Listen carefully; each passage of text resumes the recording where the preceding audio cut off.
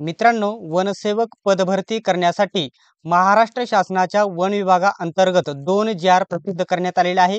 तर पहिला जी.आर. या ठिकाणी कधी प्रसिद्ध करण्यात आलेला होता तर 22/5/2024 म्हणजे 22 मेला हा जी.आर. पहिला सादर करण्यात आलेला होता आणि आता दुसरा जी.आर. आलेला आहे 5/12ला म्हणजे या ठिकाणी 5 डिसेंबरला दुसरा जी.आर. आलेला आहे. पहिल्या जी.आर. मध्ये खूप जास्त माहिती दिलेली आहे आणि दुसऱ्या जी.आर. मध्ये थोडक्यात माहिती दिलेली आहे. तर आजच्या व्हिडिओमध्ये जे या जी.आर. मध्ये जे महत्त्वाचे पॉइंट दिलेले आहे आणि मुलांचे वारंवार याच्यावरती प्रश्न येत आहेत की हा जॉब परमनंट असणार आहे की टेम्पररी असणार आहे. तर याच्यावरती हा सर्वात महत्त्वाचा पॉइंट आहे. दुसरा पॉइंट म्हणजे जे पदवीधर विद्यार्थी आहेत त्यांनी ग्रॅज्युएशन कंप्लीट केलेलं आहे त्यांना हा फॉर्म भरता येणार आहे की नाही आणि त्याच्यानंतर वनसेवक झाल्याच्या नंतर वनरक्षक पदामध्ये प्रमोशन कशा प्रकारे होईल, किती पदांसाठी किती वनसेवकांना वनरक्षक केले जाईल, डिटेल्समध्ये आजच्या व्हिडिओमध्ये आपण चर्चा करणार आहोत. अशाच प्रकारचे अपडेट सर्वात प्रथम बघत राहण्यासाठी YBD अकॅडमी या यूट्यूब चॅनेलला आत्ताच सबस्क्राईब करा आणि वनसेवक भरती येण्यासाठी वनरक्षक भरती येण्यासाठी आपला जो स्पेशल वनसेवक आणि वनरक्षकचा टेलिग्राम ग्रुप आहे नक्की जॉईन करून घ्या. लिंक तुम्हाला डिस्क्रिप्शनमध्ये देत आहे. आता जो पहिल्या जी.आर. आहे त्याच्यामध्ये सर्व काही माहिती देण्यात आलेली आहे. नवीन जी.आर. आलेला आहे त्याच्यामध्ये जास्त बदल करण्यात आलेला नाही. तर विषय सर्वांना माहीत असेल. आता मी पुन्हा पुन्हा प्रत्येक व्हिडिओमध्ये ते सांगणे गरजेचे नाही. पुन्हा एकदा शेवटचं सांगून देतो. जे पूर्वी वनमजूर होते, जे पूर्वी या ठिकाणी वनमजूर होते तेच पुन्हा या ठिकाणी त्यांनाच या ठिकाणी वनसेवक परमनंट केले जात आहे. आता काही मुलांचा एक प्रश्न येत आहे की जे पूर्वी वनमजूर आहेत, जे पूर्वी वनमजूर आहेत त्यांचं काय? तर त्यांना या ठिकाणी डायरेक्टली घेणार आहेत की नाही? तर याच्यामध्ये डायरेक्टली त्यांना घेणार नाही. त्यांना 55 वर्षापर्यंत याच्यामध्ये सूट दिलेली आहे. वयाच्या अटीमध्ये 55 वर्षापर्यंत सूट दिलेली आहे आणि 10% जागा त्यांना आरक्षित असणार आहे. हे लक्षात घ्यायचं आहे. आता पुढे मी तुम्हाला माहिती आता समजा काही मुलं विचारतील की एखाद्या वनमजुराचं 55 पेक्षा जास्त वय होऊन गेलेलं आहे त्याला संधी भेटेल का? तर त्याला संधी भेटणार नाही. पुढे जी आर मध्ये डिटेल्समध्ये चर्चा आपण करूयात. ठीक आहे आणि शैक्षणिक पात्रतेबद्दल ज्यांचं ग्रॅज्युएशन झालेलं आहे त्याच्याबद्दल देखील चर्चा करूयात. आता एक महत्त्वाचे जे पॉइंट आहे ते पहिल्यांदा मी सांगून घेतो. बघू शकता दिनांक 31/1/1996 च्या नियमाप्रमाणे त्यावेळी पात्र असलेले तथापि काही कारणामुळे नियमित न झालेले रोजंदारी मजूर सेवा नियमित करण्यात याव्यात.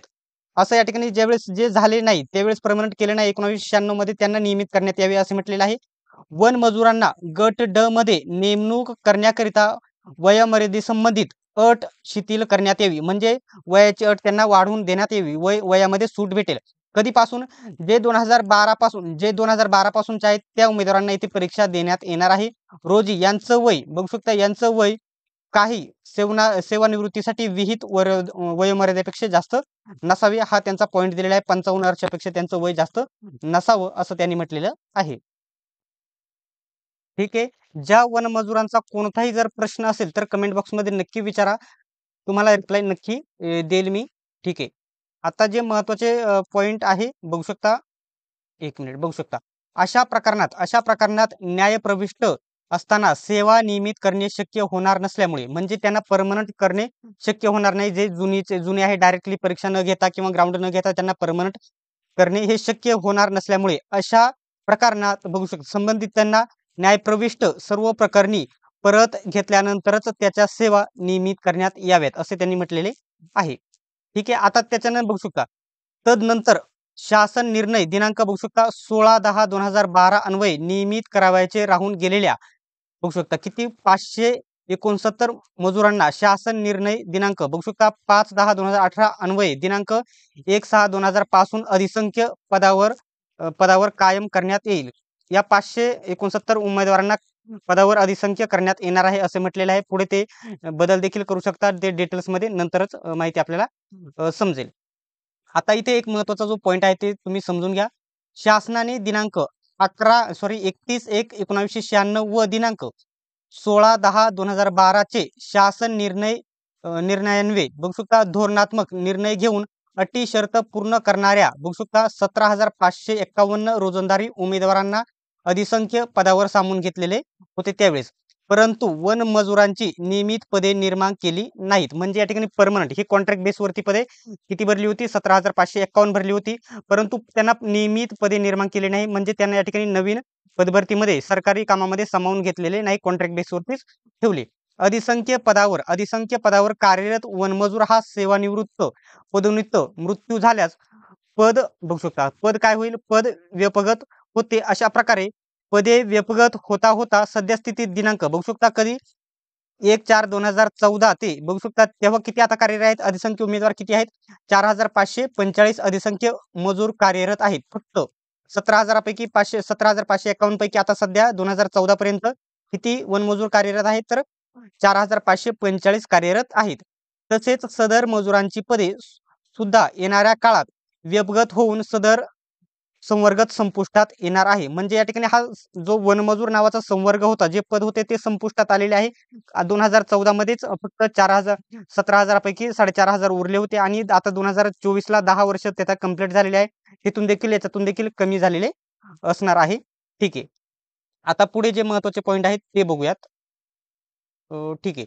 आता हे वनमजूर जे पद आहे ते का निर्माण वनसेवक जे पूर्वीचं वनमजूर होतं तेच वनसेवक का करण्यात येत आहे? तर सर्वात महत्त्वाचे पॉइंट म्हणजे वन विभागात एका वनरक्षकाकडे किंवा वनपालाचे कार्यक्षेत्र मोठे असल्याने एकट्या वनरक्षकास एवढ्या मोठ्या क्षेत्राचे संरक्षण करणे त्याला शक्य होत नाही. कोणाला होत नाही? वनरक्षकाला. त्यासाठी ही पदाची निर्मिती करण्यात येत आहे. पुढे मी सांगून देईल की वनरक्षकाची कामे देखील तुम्हाला आणि वनरक्षकाची कामे काय असणार आहेत हे देखील सांगणार आहे. ठीक आहे. आता बघू शकता इथे सर्वात महत्त्वाचा पॉइंट आहे. इथे बघू शकता वरील बाबी विचारात घेता वन विभागाचे विविध कामासाठी वनसेवक या पदाचे खूप महत्त्व असणार आहे.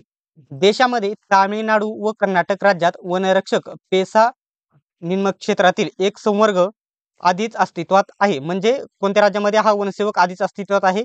पेसा क्षेत्रामध्ये तामिळनाडू आणि कर्नाटक राज्यामध्ये. आता महत्त्वाचा पॉईंट बघू शकता हा सर्वात IMP पॉईंट आहे. करिता बघू शकता परिशिष्ट 1, 2 व करिता वन विभागात वनरक्षक पेसा निमक्षेत्रातील बघू शकता एक गट ड हा नियमित संवर्ग निर्माण करण्याबाबत प्रस्तावित करण्यात येत आहे. म्हणजे हा प्रस्ताव मांडलेला आहे. या संवर्गाच्या ठळक बाबी खालीलप्रमाणे करण्यात येत आहेत. तर आता सर्वात महत्त्वाचा पॉईंट हा सदर संवर्ग हा 100% सरळ सेवेने भरण्यात येईल. म्हणजे 100% ही पदभरती असणार आहे. सरळ सेवेच्या अंतर्गत ही पदभरती करण्यात येईल त्यांनी असे म्हटलेले आहे. आता जे पॉइंट आहे तुम्ही फॉर्म कुठे भरू शकता किंवा कोण फॉर्म भरू शकता?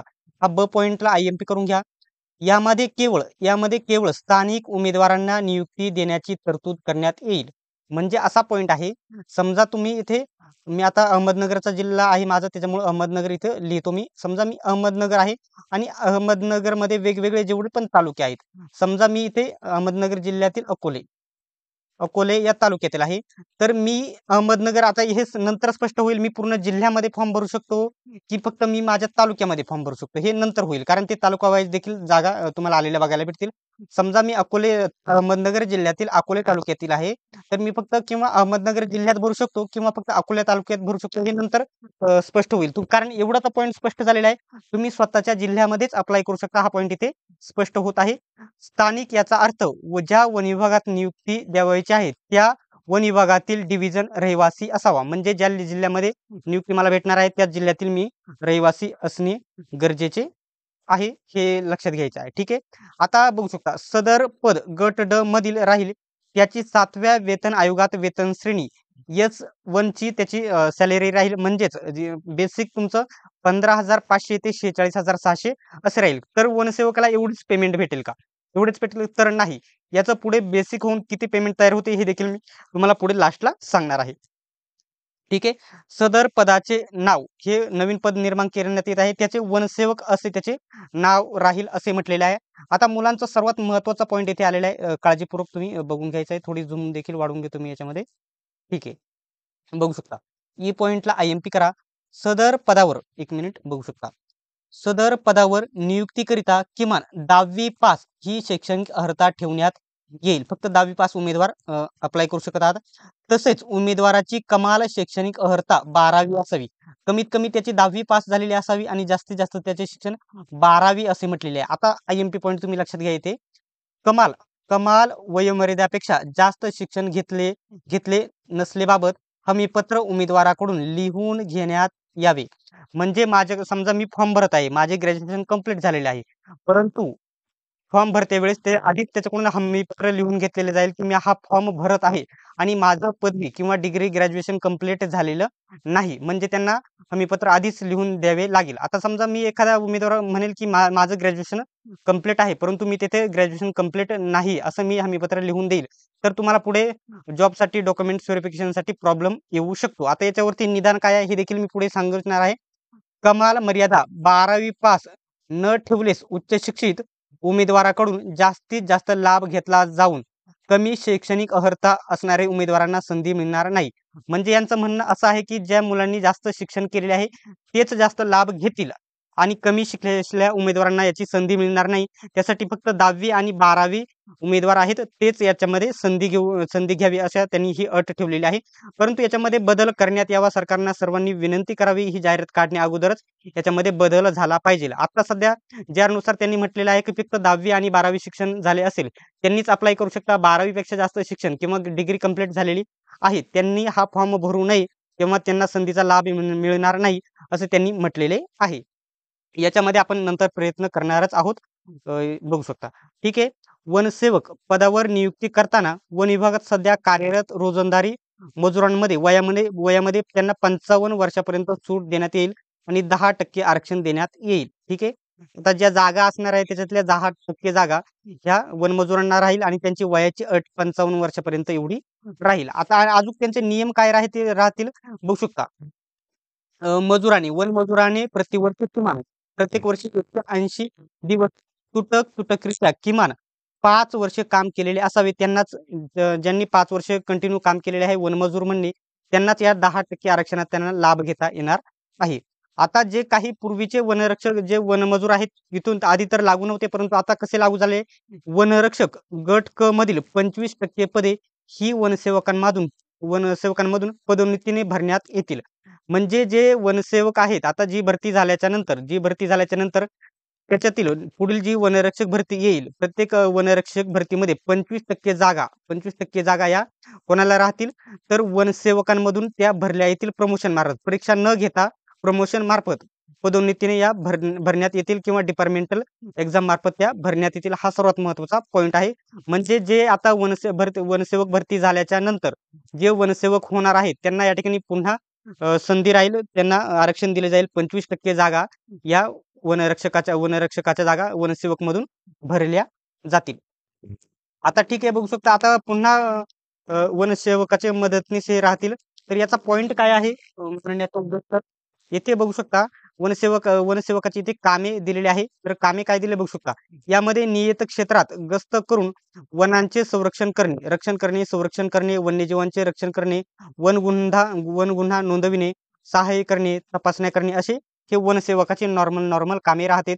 त्याच्यानंतर वनवा विझवणे, वृक्ष लागवड करणे, वनरोपण करणे हे अशा प्रकारचे कामं वनसेवकाची राहतील. ठीक आहे. बघू शकता पुन्हा हे मदतनीसचे कामे दिलेले आहे. वेगवेगळे परिक्षेत्र आहे वन विभागाचे ते दिलेले आहे. बघू शकता एकीकृत रोपवाटिका मजुरांचे बघू शकता रोपवाटिका मजूर म्हणून काम करणे. यामध्ये रोपवाटिकेचे संपूर्ण देखरेख करणे, साफसफाई करणे, पाणी देणे, वृक्षांना बिया गोळा करणे, रोपवाटिकेच्या कुपांची किरकोळ दुरुस्तीची कामे करणे असे वनमजुरांची वेगवेगळे वनसेवकांची ही कामे राहतील. ठीक आहे. बघू शकता प्राप्त माहितीनुसार सद्यस्थितीत बघू शकता 4545 अधिसंख्य मजूर कार्यरत आहेत.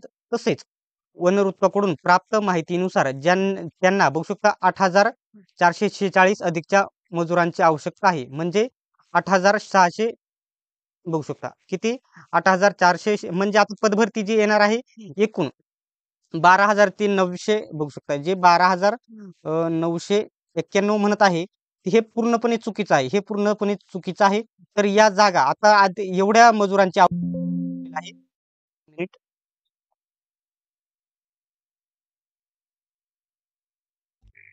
आता हा सर्वात महत्त्वाचा पॉईंट आहे. त्यांनी येथे स्पष्ट म्हटलेलं आहे की त्यांना किती पदे निर्माण करायची आहेत तर 12,991 पदे त्यांना निर्माण करायची आहेत. परंतु आधीच वनमजूर किती आहेत बघू शकता 4,545 सध्या कार्यरत आहेत आणि त्याच्यातून 12,991 मधून वजा केल्याच्या नंतर बघू शकता 8,000 म्हणजे 12,991 मधून 4,545 वनमजूर हे या ठिकाणी वजा करायचे आहेत आणि ही पदभरती 8,446 जागांची अधिकच्या मंजुरीची आवश्यकता आहे असं त्यांनी म्हटलेलं आहे. परंतु परंतु बघू शकता 4,545 अल्पसंख्य मजुरांची पदे वेळेनुसार निसरत होणार असल्याने वन विभागास एकूण बघू शकता 4,545 प्लस हे 8,446 एकूण 12,991 नियमित वनसेवक गट ड पदांची आवश्यकता आहे. त्याकरिता खालील प्रमाणे खर्च अपेक्षित आहे. असं खर्च किती आहे तर वनसेवकच्या आता इथं त्यांनी एकूण पेमेंट दिलेली आहे. एकूण बेसिक पेमेंट 15,000 ते 46,000 राहील. पहिल्यांदा स्टार्टिंग तुमचं बेसिक किती राहील तर 15,000 राहील. त्याच्यानंतर त्याचे मूळ वेतन हे 15,000 झाले. त्याच्यानंतर 46% महागाई भत्ता 6,900 रुपये, घरभाडे 18% किमान 3,600 ते बघू शकता एवढा रुपये.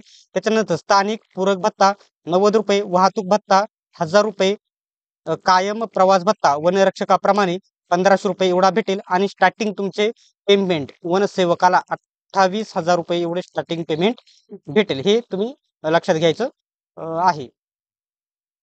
त्याच्यानंतर बघू शकता तसेच अशा प्रकारे वनसेवकाला एका महिन्याकरिता 3,37,080 इतका खर्च येणार आहे. त्यानुसार 12,991 वनसेवकाचे पदाकरिता वर्षाचा खर्च एवढा त्यांनी इथे दिलेला आहे. खूप मोठा आकडा आहे.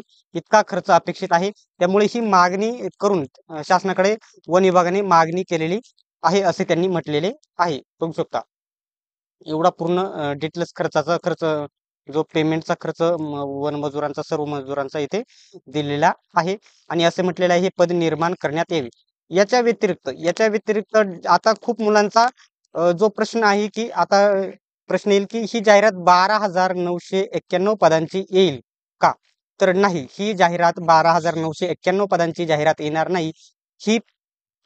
ही जाहिरात 8,646 पदांची येईल. असे काहीतरी वरती मी सांगितले तेवढ्याच पदांची येईल. पुन्हा एकदा मी सांगून देतो तुम्हाला किती पदांची ही जाहिरात येईल. एक मिनिट.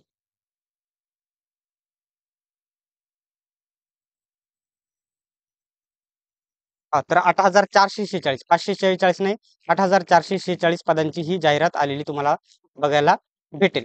तर मित्रांनो याच्यामध्ये कोणताही डाऊट असेल तर कमेंट बॉक्समध्ये नक्की विचारा. सर्वांनी व्हिडिओ शेवटपर्यंत बघितल्याबद्दल धन्यवाद. भेटूया पुढच्या व्हिडिओमध्ये.